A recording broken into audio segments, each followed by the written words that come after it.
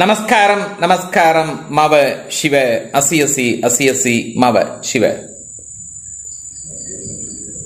எல்லோரும் சொல்றார்கள், பிரதோஷம் நாளில் இறைவனை வழிபட்டால் நினைத்தது நினைத்த மாத்திரத்தில் நடக்கும் என்று கருத்து. குறிப்பாக இந்த சனி பிரதோஷ நாளில் நாம் ஏன் சிவனையும் நந்தீஸ்வரரையும் ஏன் வழிபாடு செய்ய வேண்டும் என்பது ஒரு கருத்து. இந்த சனி பிரதோஷ நாளில் சிவனுக்கும் நந்தீஸ்வரருக்கும் பவர் அதிகமா இருக்கும், வைப்ரேஷன்ஸ் அதிகமா இருக்கும். சனி பகவான் கேட்டதை சிவன் கொடுக்க மறந்ததில்லை. இந்த உலகத்தில் பிறந்த மனித ஜென்மமாகிய நாம் குறிப்பாக கர்ப்பகாலத்திலேயே சனி பகவானுடைய சாரத்தை பெற்றவர்கள். இதை எப்படி நாம தெரிஞ்சுக்கிறது அப்படின்னா, இந்த கர்ப்பகாலத்தில் ஒரு பெண்ணாகப்பட்டவள் கர்ப்பமாயி 3 மாதம் 4 மாதம் 5 மாதம் அந்த காலகட்டத்தில் வீட்டில் எப்ப பாருங்க சண்டை சச்சரவு. இங்கிருந்து அம்மா வீட்டுக்கு போய் 2 மாசம், அங்கிருந்து 4 மாசம், அதுக்கப்புறம் போறது, அதுக்கப்புறம் வர்றது, காலில் அடிப்படுறது, முட்டியில் அடிப்படுறது, அல்லது பல்லால நாக்க கடிச்சுக்கிறது, இல்ல பல்லு சொத்தையா போறது, பல்லு விழுகிறது, அல்லது ஒரு நெருங்கிய நண்பர் கூட நமக்கு ஏமாத்தி போயிடுவார். இது இந்த பெண்கள் கர்ப்பகாலத்தில் இருக்கக்கூடிய நேரத்தில் இது போன்று நடந்திருந்தால் இவர்களுக்கு சனி பகவானுடைய தாக்கம் அதிகம் இருக்கு அப்படின்னு அர்த்தம். அந்த தாக்கத்தில் பிறந்த குழந்தைகள் நான் பிறக்கக்கூடிய காலகட்டத்தில் எது போன்று என்னென்ன நிகழ்ச்சிகள் நடந்தது அப்படின்னு சொல்லிட்டு ஃபாதர் மதர்கிட்ட கேட்கும் பொழுது இந்த மாதிரிலாம் இருந்தது அப்படின்னாவே அவர்களுக்கு இந்த சனி பகவானுடைய தாக்கம் அதிகம் இருந்திருக்கு அப்படிங்கிற கருத்து.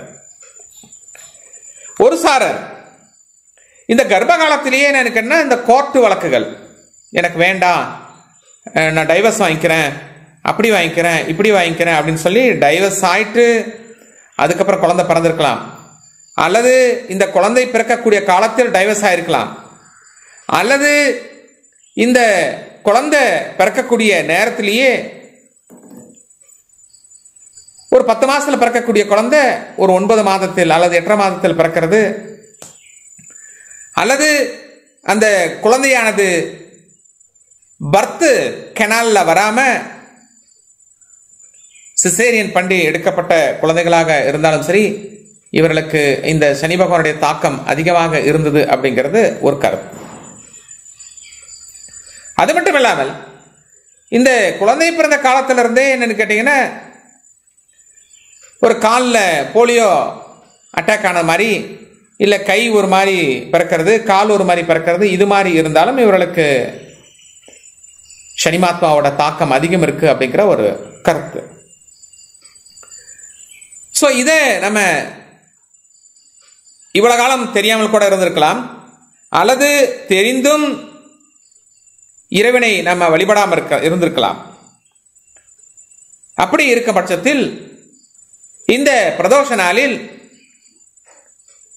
சிவனையும் நந்தி பகவானையும் ஒரு சேர வணங்கி, இதுல இந்த நந்தியோட கொம்பு பாகத்துல சிவனை அபிஷேகம் பண்றத நம்ம பார்க்கறதுங்கிறது ரொம்ப சிறப்பானது.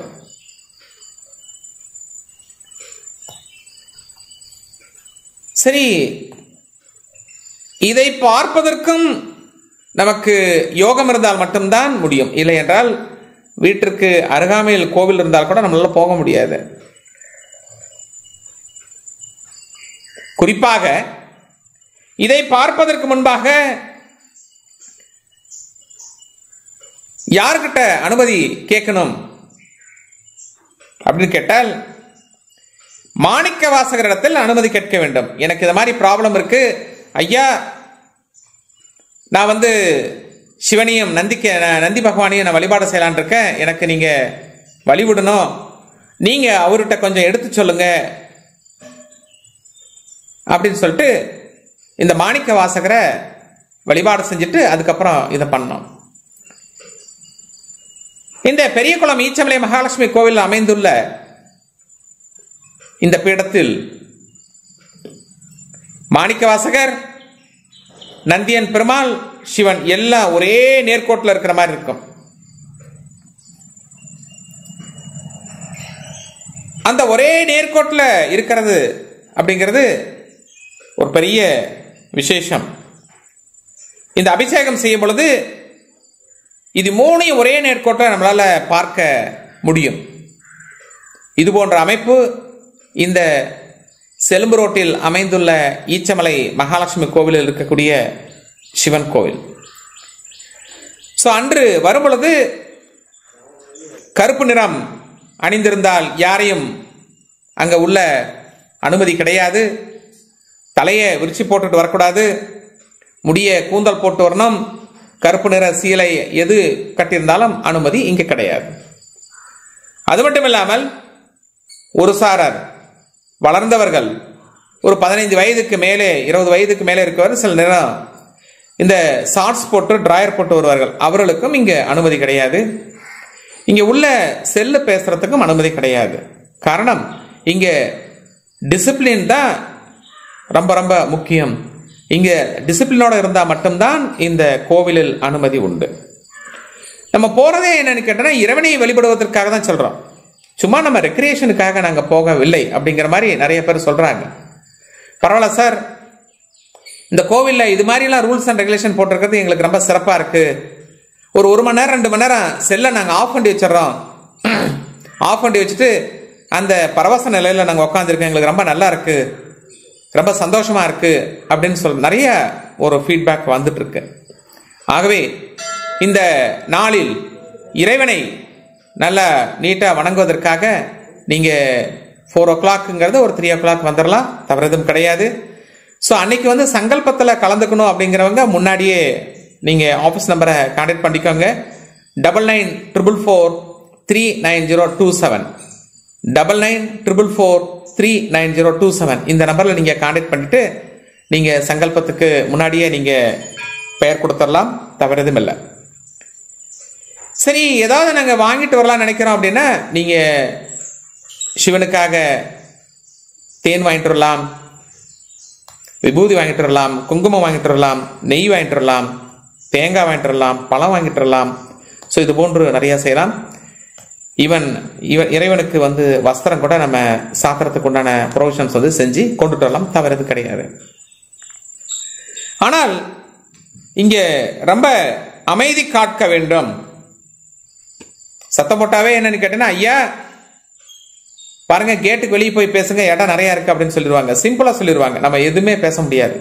அதனால முடிஞ்ச வரைக்கும் அமைதி காக்க வேண்டும். கூடவே சின்ன குழந்தைங்களை கை குழந்தைங்களை கொண்டு வந்தா என்னன்னு கொஞ்சம் நீங்க பாதுகாப்பா அவங்கள வச்சுட்டு சத்தம் போடக்கூடாது, ஒழுக்கமா உட்காரணும், இப்படிதான் உட்காரணும், அப்படிதான் உட்காரணும்னு சொல்லணும். அது மட்டும் இல்லாமல் அங்க அதுக்கு சாக்லேட் கொடுக்கறது, பிஸ்கட்டை உடச்சி கீழே போடுறது, அதை பண்றது இதை பண்றது அதெல்லாம் அங்க அலௌடு கிடையாது. காரணம், நம்மளால ஒரு நபரால அடுத்தவங்களுக்கு டிஸ்டர்பன்ஸ் வரக்கூடாது அப்படிங்கிற காரணத்துக்காக கொஞ்சம் இந்த மாதிரிலாம் கொஞ்சம் ஸ்ட்ரிக்டா அங்க கொஞ்சம் ஃபாலோ பண்றாங்க. ஸோ நம்ம போறது இந்த சனி பிரதோஷ நாளில் இறைவனுடைய அனுகிரகம் பெறுவதற்காக செல்றோம். முயன்று பார்ப்போம். நாமும் ஒருமுறை அந்த கோவிலுக்கு சென்று இறைவனுடைய அனுகிரகத்தை பெறுவோம். அன்புடன் டாக்டர் ஏஎஸ் மகாராஜன், மவ சிவ.